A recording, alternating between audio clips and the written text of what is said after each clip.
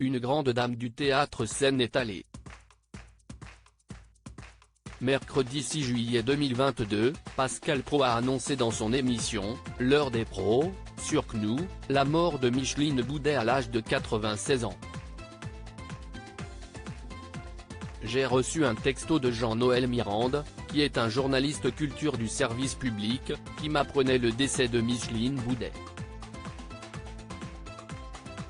Elle incarne la grande tradition de la comédie française, et vous savez combien ici nous sommes sensibles à cette tradition du théâtre. On a appris cette information aujourd'hui, a-t-il déclaré.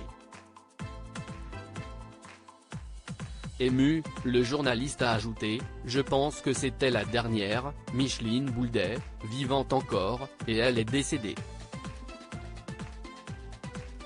Alors je sais que son nom ne dit peut-être pas grand-chose à la jeune génération, mais c'était une comédienne magnifique. 96 ans et elle incarne un âge d'or de la comédie française.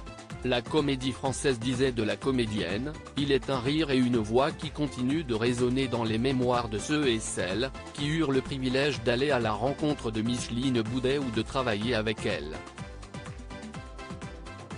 Bouleversée, la fille de Micheline Boudet, Marie, s'est exprimée sur Twitter.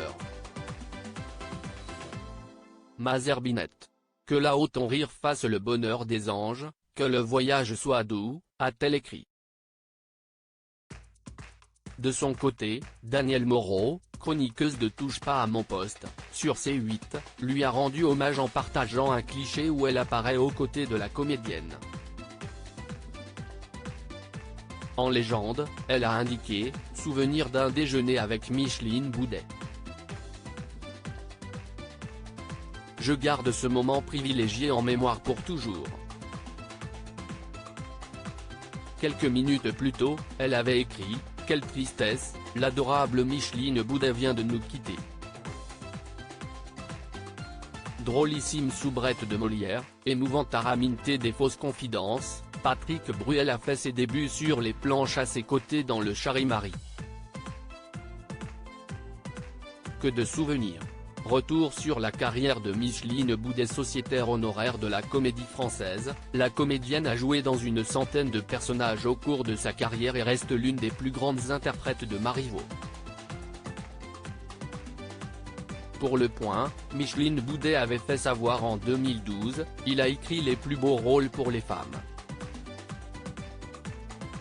Molière a davantage gâté les hommes. Loin de la scène depuis une dizaine d'années, elle avait glissé « J'ai eu un beau parcours, des rôles merveilleux. Je me suis amusée au boulevard, mais tout cela est terminé. » En plus de quelques apparitions au cinéma, la comédienne a également écrit une dizaine de livres sur le théâtre.